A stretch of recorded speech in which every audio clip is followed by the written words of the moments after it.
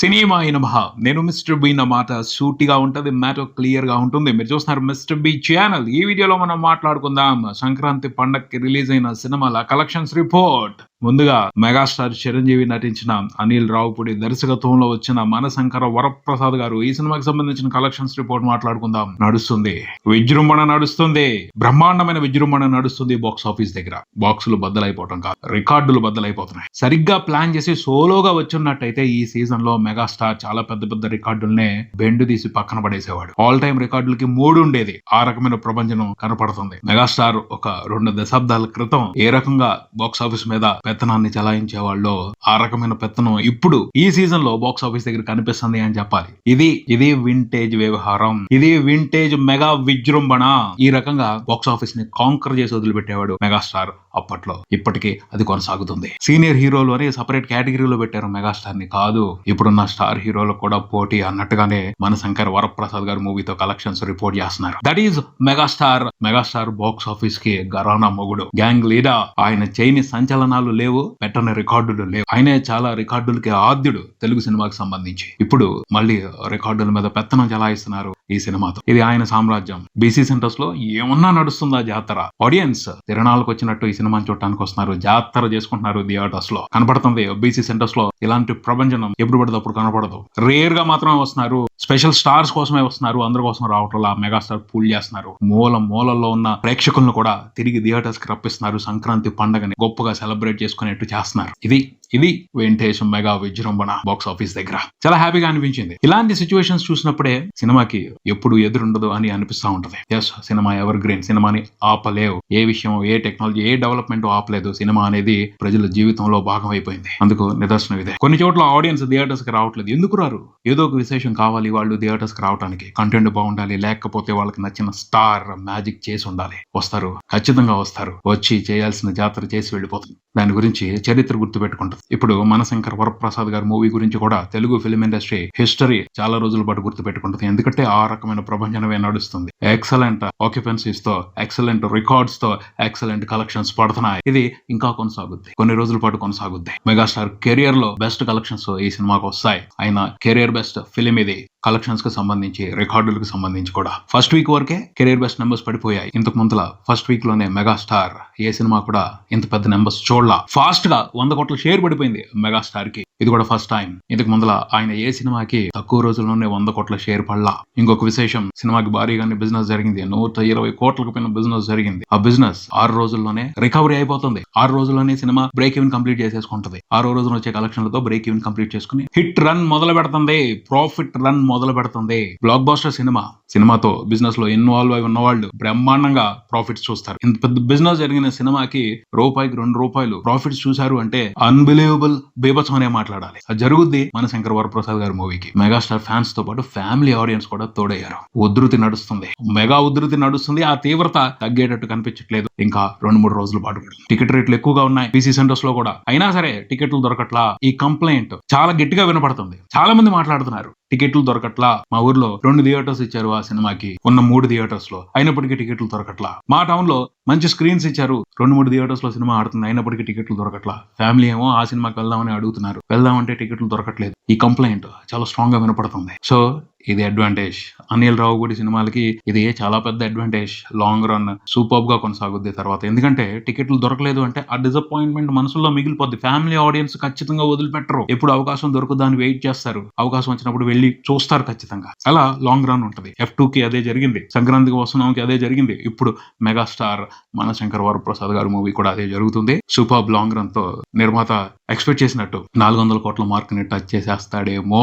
చేయడానికి అయితే ఛాన్సెస్ కనపడుతున్నాయి పుష్కలంగా. 300 కోట్ల మార్క్ అయితే కన్ఫామ్ గా దాటేస్తారు. మెగాస్టార్ కెరియర్ బెస్ట్ కలెక్షన్స్ అయితే ఈ సినిమాకి కన్ఫామ్ గా పడతాయి, ఎవరు ఆపలేరు. సినిమా ఇప్పటి వరకు చూసుకుంటే వరల్డ్ వైడ్ 115 కోట్ల వరకు షేర్ రిపోర్ట్ చేసింది. 200 కోట్ల వరకు గ్రాస్ రిపోర్ట్ చేసింది. మూవీ టీమ్ అయితే 220 కోట్లకు పైన పోస్టర్ వేసేసింది. హ్యాపీ థింగ్ ఇది. రెండు తెలుగు రాష్ట్రాల వరకే సినిమా 5 రోజుల్లో రిపోర్ట్ చేసిన షేర్ చూసుకుంటే 90 కోట్ల వరకు ఉంది. 5వ రోజున రెండు తెలుగు రాష్ట్రాల వరకు ఓ మ్యాజిక్ జరిగింది. అదేమిటి అంటే ఆల్ టైమ్ రికార్డ్ పడింది. ఇంతకు ముందులో 5వ రోజున ఏ సినిమా కూడా నియర్లీ 15 కోట్ల షేర్ పెట్టలేదు, RRR కూడా పెట్టలేదు. మెగాస్టార్ మనశంకర్ వరప్రసాద్ గారు మూవీ పెట్టింది. అంటే రాజమౌళి రికార్డును కూడా బ్రేక్ చేశారు అనిల్ రావుపూడి, మెగాస్టార్ చిరంజీవి కలిసి. సోలో రిలీజ్ ఉన్నట్టయితే, కావాల్సిన అన్ని థియేటర్స్ చేతిలో ఉన్నట్టయితే పెద్ద పెద్ద రికార్డులకే మూడు ఉండేది. పెద్ద పెద్ద రికార్డులనే బ్రేక్ చేసుకుంటా ముందలకి వెళ్లిపోయి ఉండేవాళ్ళు మనశంకర్ వరప్రసాద్ గారు. ప్రపంచం అలాగే ఉంది. ఏమన్నా జాతర, అసలు మెగా మాస్ జాతర నడుస్తుంది బాక్స్ ఆఫీస్ దగ్గర. 6వ రోజు వచ్చేప్పటికి అన్ని చోట్ల బ్రేక్ ఈవెన్ కంప్లీట్ అయిపోద్ది. ఓవర్సీస్ లో బ్రేక్ ఈవెన్ కంప్లీట్ అయిపోయింది. $2.5 మిలియన్ నార్త్ అమెరికా వరకే దాటేసాయి. $3 మిలియన్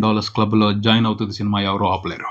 ఎందుకంటే అలాగే ఉంది ట్రెండ్. పరిస్థితులు అక్కడ కొంచెం అనుకూలంగా లేవు, కాంపిటీషన్ మూలంగా. అయినప్పటికీ సినిమా సూపర్బ్ గా కలెక్షన్స్ డ్రా చేస్తుంది. మెగా మేనియాని, మెగా మ్యాజిక్ ని అమెరికాలో ఉన్న తెలుగు వాళ్ళు కూడా సూపర్బ్ గా సెలబ్రేట్ చేసుకుంటున్నారు. తెలంగాణలో బ్రేక్ ఈవెన్ కంప్లీట్ అయిపోద్ది 6వ రోజున వచ్చే కలెక్షన్లతో. ఆంధ్రప్రదేశ్ వరకు చాలా ఏరియాల్లో బ్రేక్ ఈవెన్ కంప్లీట్ అయిపోద్ది. ఓవరాల్ గా బ్రేక్ ఈవెన్ నెంబర్ అయితే దాటేస్తుంది. ఇంకేమైనా ఏరియాస్ లో బ్రేక్ ఈవెన్ కంప్లీట్ అవ్వాలి అంటే ఆదివారం నాడు రిపోర్ట్ అయ్యే కలెక్షన్లతో కన్ఫర్మ్ గా బ్రేక్ ఈవెన్ కంప్లీట్ అయిపోతుంది. ఎక్కడ ఎవరికి కూడా రెవెన్యూ లాస్ ఉండదు, పూర్తి రెవెన్యూ రికవరీ అయిపోతుంది. అక్కడి నుంచి అందరికీ ప్రాఫిట్స్ రన్ మొదలవుద్ది. సోమవారం నుంచి అందరూ కూడా ప్రాఫిట్స్ ఎంజాయ్ చేస్తారు, సాలిడ్ ప్రాఫిట్స్ ఎంజాయ్ చేస్తారు. ఇది ఇలా నడుస్తుంది మెగాస్టార్ విజృంభణ. దీన్ని సెలబ్రేట్ చేసుకోవాలి, కన్ఫర్మ్ గా సెలబ్రేట్ చేసుకోవాలనే చెప్తాను నేనైతే. కానీ ఈ సెలబ్రేషన్ ని కొంతమంది తీసుకోలేకపోతున్నారు. ఒక విషయం చెప్తాను, సంతోషాన్ని సెలబ్రేట్ చేసుకోవాలి, అది స్ప్రెడ్ అవుతుంది. ఒక విషయంలో మనం హ్యాపీగా ఉన్నామంటే మనం చేసే ప్రతి పనిలోనూ హ్యాపీనెస్ స్ప్రెడ్ అవుద్ది, ఆ పని సక్సెస్ అవుద్ది. అందుకని మన సక్సెస్ ని మనం ఎంజాయ్ చేయాలి, మనకు తెలిసిన వాళ్ళ సక్సెస్ ని ఎంజాయ్ చేయాలి. మనకు తెలిసిన వాళ్ళ సక్సెస్ ని ఎంజాయ్ చేస్తే ఒక రకమైన సంతోషం ఉంటుంది. మనకు తెలియని వాళ్ళు, మనకు నచ్చని వాళ్ళ సంతోషాన్ని ఎంజాయ్ చేసామనుకోండి, అది అల్టిమేట్ గా ఉంటది సంతోషం.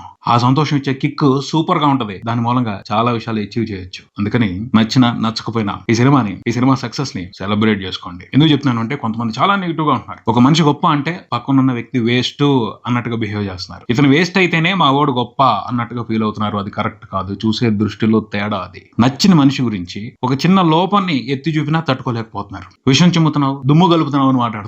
ఎందుకంత నెగిటివిటీ? నచ్చని మనిషి గురించి పాజిటివ్ గా మాట్లాడామనుకోండి, అది కూడా తప్పే, అది కూడా ఇబ్బందే. జాకిలేసి లేపుతున్నారు, భజన చేస్తున్నారు, ఇలా మాట్లాడుతున్నారు. అది కూడా ఎందుకు? ఆ నెగిటివిటీ వల్ల ఉపయోగం ఏమిటి? ఏమొస్తుంది? ఒక విషయం చెప్పాలి, ఎవరో సర్టిఫై చేసినంత మాత్రాన ఏ వ్యక్తి వాల్యూ పెరగదు. ఎవరో సర్టిఫై చేయనంత మాత్రాన ఒక మనిషికి ఉన్న వాల్యూ తగ్గదు. నిజాయితీని బట్టి ఆ మనిషికి దక్కాల్సింది దక్కుద్ది, ఆ వ్యక్తికి సంబంధించి జరగాల్సిన ప్రతి విషయం జరుగుద్ది. దాన్ని ఎవరు ఆపలేరు. నిజాయితీగా కష్టపడటంలోనే ఉంటది ఏదైనా సరే. నాకు నచ్చలేదు, అవతలోడు నిజాయితీగా కష్టపడినా సక్సెస్ అవ్వకూడదు అని కోరుకుంటే అవ్వదు. అతను సక్సెస్ అవుతాడు. ఎందుకని? రాంగ్ ఇంటెన్షన్ ఎవరిది? కష్టపడి అతన్ని ఎవరు ఆపలేరు, ఏ విధంగానూ ఆపలేరు. అతనికి అన్ని కలిసి వస్తాయి. ఆ విషయాన్ని గుర్తుపెట్టుకోవాలి. హ్యాపీగా ఉండండి, పాజిటివ్ గా ఉండండి. మనసుల్ని మలినం చేసుకుని డిస్టర్బ్ అవ్వద్దు. ఆ డిస్టర్బెన్స్ మిగతా విషయాలు కూడా స్ప్రెడ్ అవుతుంది. ఏ పనిని ఫోకస్ గా చేయలేరు. అదే సంతోషాన్ని తీసుకున్నారు అనుకోండి, అది కూడా స్ప్రెడ్ అవుద్ది. ప్రతి విషయాన్ని సక్సెస్ఫుల్ గా చేస్తారు, అనుకున్న విషయాన్ని అచీవ్ చేస్తారు. పాజిటివ్ గా ఉండండి, మనసుని క్లీన్ గా ఉంచుకోండి, సంతోషంగా ఉండండి. సెలబ్రేట్ చేసుకోండి మనశంకర్ వరప్రసాద్ గారు సక్సెస్ ని. తర్వాత అనగనగా ఒక రాజు, ఈ సినిమా కూడా ప్రభంజనాన్ని సృష్టిస్తుంది బాక్స్ ఆఫీస్ దగ్గర.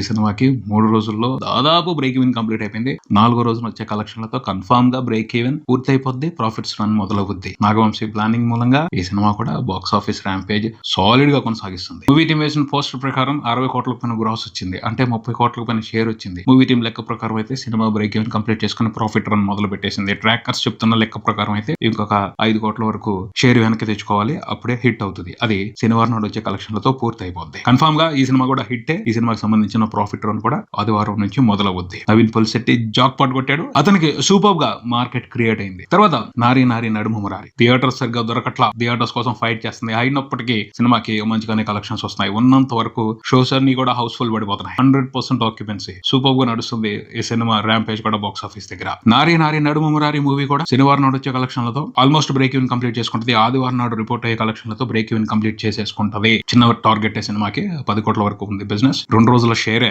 5 కోట్లు దాటేసింది.